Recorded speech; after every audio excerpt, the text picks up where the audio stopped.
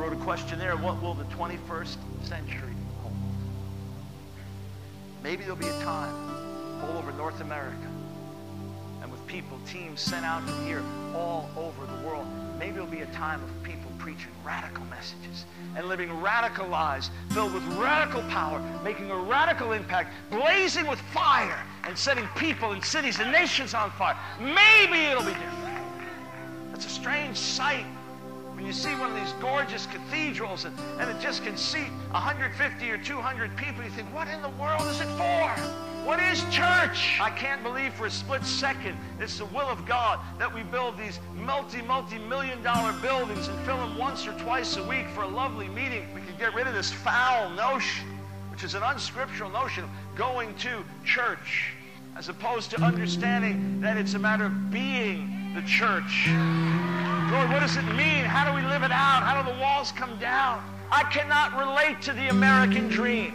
I cannot relate to the mentality of just having a nice, happy life. The primary reason for lack of opposition, and the primary reason for lack of persecution, and the primary reason for lack of resistance is because we are toothless and ineffective. But when we get empowered and filled with fire and shake things up and drive back powers of darkness, all hell will break loose against us. And that's when Jesus said, rejoice! Some of us will have the privilege of shedding our blood for the gospel. Some of us will have the privilege of being raised up to high places in society and being influential. But either way, we live and breathe for one thing. God, I've got to make an impact. Before I close my eyes and say goodbye to this world, I've got to change things. I don't understand how else we can think. What else is the purpose of our life? I don't care what the calling is, whatever it is, our mentality must be the same. There's nothing else that makes any sense. Jesus came into the world to change the world, period.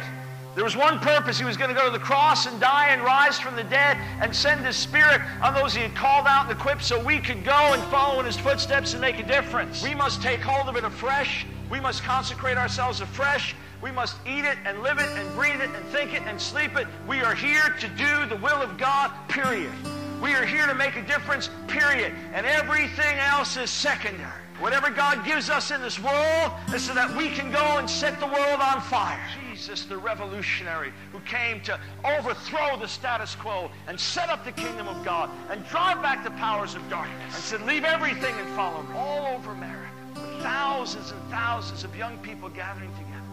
Some may be planned for a few hours, will last a few days. Some may be planned for a night, will last a week. God just coming down. People worshiping and seeking His face and called right then and there to leave everything and go out and train and get on the field. We've been born for this hour. We've been made for it. On to Calvary. On to death for the world. Let us not refuse the smiters. No halting. No rest. On, suffering, sorrowing, weeping, dying for God and men, till the hosts of hell fly from their last defense, and we march on over a burning world into everlasting glory. Jesus, the revolutionary who came to overthrow the status quo and set up the kingdom of God and drive back the powers of darkness. Everything in us that's of man, that's not planted of heaven, root it out.